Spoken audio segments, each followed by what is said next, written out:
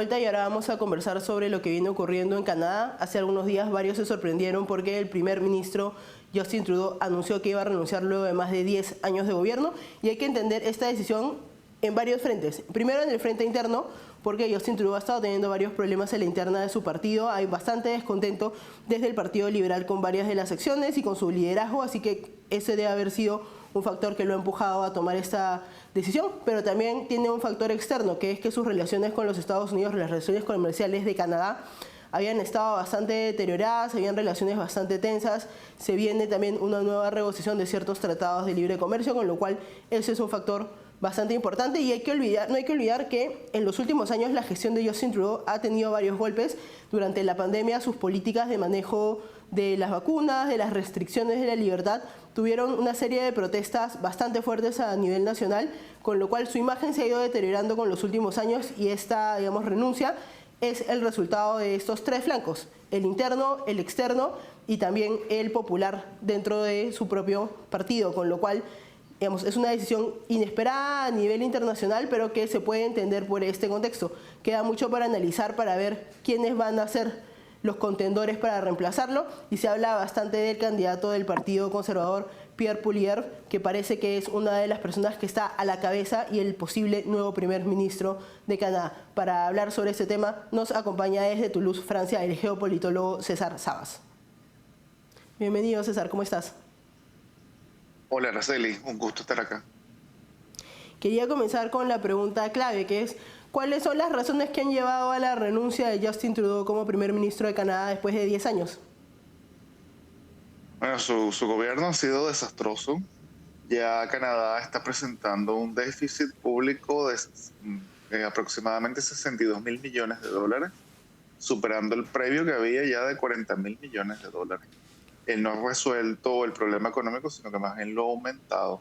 Y hay que tener en cuenta que el gobierno anterior, el de Stephen Harper, ya había sido bastante bueno, bastante positivo. Entonces los canadienses están comparando el gobierno anterior que había, que era un primer ministro que no era nada carismático, sin embargo que dio resultados, comparándolo con un primer ministro que al principio fue bastante carismático, joven, con mucha energía, pero 10 años después sus resultados han sido bastante deficitarios.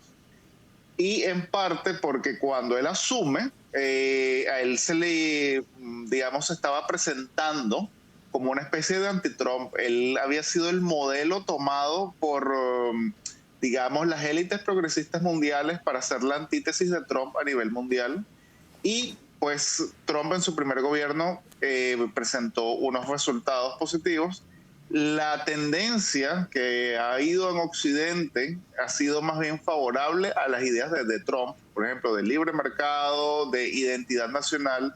En cambio, las ideas globalistas que representaba Justin Trudeau más bien han ido en desuso, han ido en decadencia. Y pues bueno, ahora está, digamos que pagando las consecuencias de una especie de cambio de era que viene.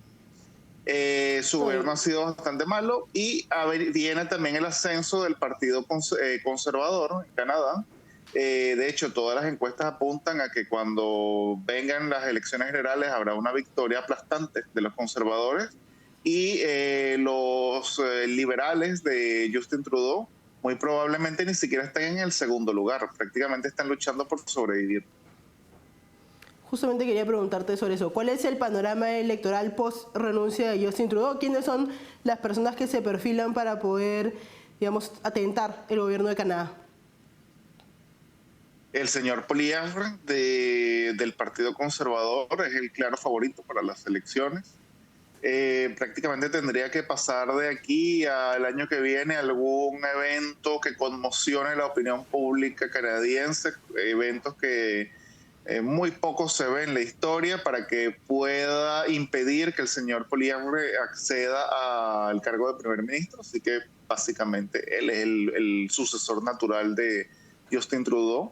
Y pues las opciones para el Partido Laborista son tan bajas que prácticamente nadie quiere asumir, digamos, la tarea de ser el candidato de una derrota segura. Incluso el señor Trudeau se ha enfrentado ya a varias renuncias de su propio gabinete, Y esto recuerda un poco a las elecciones pasadas en el Reino Unido, donde los conservadores, en este caso es a la inversa, eran los conservadores los que tenían el poder, estaban luchando para sobrevivir, para no ir de tercero o cuarto lugar. Aquí en Canadá está pasando básicamente lo mismo, solo que a la inversa, esta vez son los laboristas los que están luchando por no desaparecer. ¿Y cómo describirías o cómo resumirías la plataforma del Partido Conservador para haber recibido tanto respaldo popular? Es que en realidad ellos ya tienen la campaña hecha, porque son 10 años de fracasos del gobierno de Trudeau, que ha entregado Canadá, ha cedido los intereses nacionales de Canadá a intereses globalistas que no representan en absoluto los intereses de la clase trabajadora canadiense, de la clase media canadiense, y también una política migratoria bastante irresponsable en las cuales el señor Trudeau prácticamente ha dicho constantemente que Canadá no tiene ningún tipo de identidad nacional. Entonces, desde ese punto de vista, los inmigrantes no tienen a quién asimilarse y tenemos un mosaico cultural de Canadá que, digamos, Canadá se ha vuelto una especie de archipiélago de islas que ni siquiera están conectadas entre sí. Entonces, el señor Poilievre simplemente ha tenido que criticar todo lo que ha hecho el señor Trudeau y básicamente ni siquiera es que tiene que presentar propuestas demasiado demasiado originales, simplemente la gente quiere regresar al Canadá que estaba anteriormente, antes de Justin Trudeau. Y este cambio, ya pasando de las consecuencias internas que puede tener al panorama internacional, ¿cuáles crees que son las consecuencias que va a tener el cambio de gobierno en Canadá, especialmente con el ingreso de Donald Trump al gobierno en los próximos días y también la posibilidad de la renegociación de ciertos acuerdos comerciales?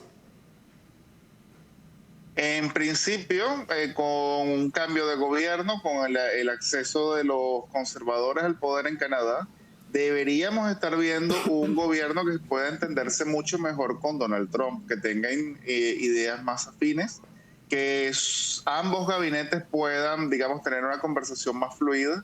Hay que recordar, como ya lo dije, que Justin Trudeau estaba pensado para ser el anti-Trump. Entonces, evidentemente que había todo un interés por parte de la administración Trump anterior y sobre todo ahora esta que está entrando, que viene entrando muy fortalecida, mucho más de lo que entró en el año 2016, para terminar de hacer colapsar el gobierno de Justin Trudeau. Y de hecho, Donald Trump ayudó al colapso de Justin Trudeau a través de una serie de mensajes por las redes sociales que lo hacía ver como una especie de gobernador de una gran provincia norteamericana y como una persona débil que no podía defender Canadá, que no estaba a la altura del cargo de primer ministro. Entonces, con un gobierno distinto en Canadá deberíamos estar viendo algunas diferencias. También hay que tener en cuenta que eso va a ser un gran depende porque Donald Trump viene con una actitud tan fuerte que prácticamente está tratando a sus países vecinos de una forma bastante imperial. Entonces, si el próximo primer ministro, indistintamente de su ideología, va a defender los intereses nacionales de Canadá, tiene que anteponer sus intereses nacionales ante la ideología. Y es probable que hayan algunos choques con Donald Trump, porque cuando ellos se reúnan para hacer negociaciones, Donald Trump va a querer que su país, Estados Unidos, gane al máximo, incluso a costa de sus aliados o de sus vecinos. Y de hecho, Donald Trump lo dijo en su primer discurso ante la ONU en el año 2016. Él dijo, America First significa que yo voy a hacer todo lo posible por mejorar. Es mi país, me preocupo es por mi país, no por el mundo. Hizo una pausa y después dijo, y eso mismo deberían hacerlo ustedes, líderes mundiales. Ustedes han sido electos para representar sus países, así que deben preocuparse por sus países y sus intereses. Entonces, si creemos que el nuevo gobierno canadiense, como es de corte conservador, va a tener la mesa servida con Donald Trump nada más por una cuestión ideológica, no va a ser tan fácil.